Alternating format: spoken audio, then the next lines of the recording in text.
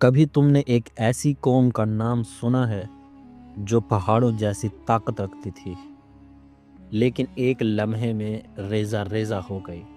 یہ ہے قوم عاد، جنہیں غرور نے نیست و نابود کر دیا۔ زمانہ بہت پرانا تھا۔ عرب کے ریگستانوں میں ایک طاقتور قوم آباد تھی جنہیں عاد کہا جاتا تھا۔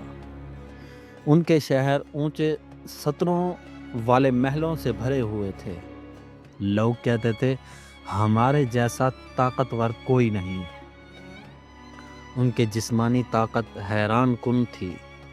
بعض مفسرین لکھتے ہیں کہ یہ دیو قامت تھے اور زمین پر غرور سے چلتے تھے۔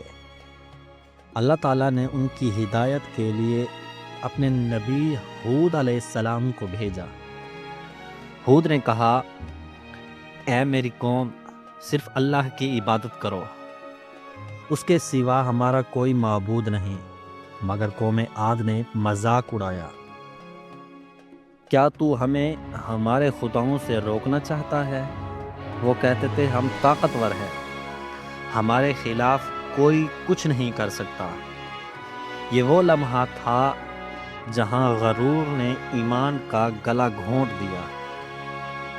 ہود علیہ السلام انہیں بار بار سمجھاتے رہے، اللہ سے ڈرو، اس کی نعمتوں کو یاد کرو، تمہارے رب نے تمہیں طاقت دی ہے، نافرمانی نہ کرو۔ مگر جواب وہی، ہم پر کوئی عذاب نہیں آئے گا، ہم سب کچھ کر سکتے ہیں۔ ان کے محلات اونچے، ان کی دولت بے پناہ اور ان کا غرور آسمانوں کو چھو رہا تھا۔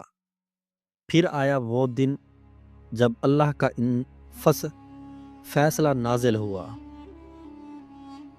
پہلے آسمان پر گھنے بادل چھا گئے۔ قوم عاد نے خوشی سے کہا، یہ بادل بارش لائیں گے۔ مگر وہ بادل بارش نہیں، تباہی لے کر آئے۔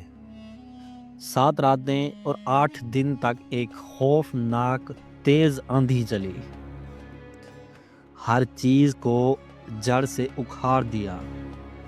ان کے جسم، ان کے گھر، ان کے محلات سب ریت میں دفن ہو گئے۔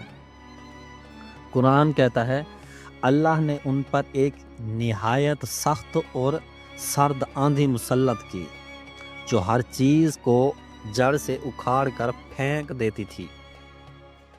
غرور نے انہیں تباہ کر دیا، نہ طاقت بچا سکی، نہ محلات، نہ مال۔ یہ کہانی نہیں، حقیقت ہے۔ ایک ایسی قوم جو آج مٹی تلے دفن ہے۔ جب انسان کہتا ہے میرے جیسا کون ہے، وہی لمحہ اس کے زوال کا آغاز ہوتا ہے۔ اگر تم چاہتے ہو اگلی قوم کا انجام دیکھنا، قوم سمود کا، تو اگلی قسط مت چھوڑنا۔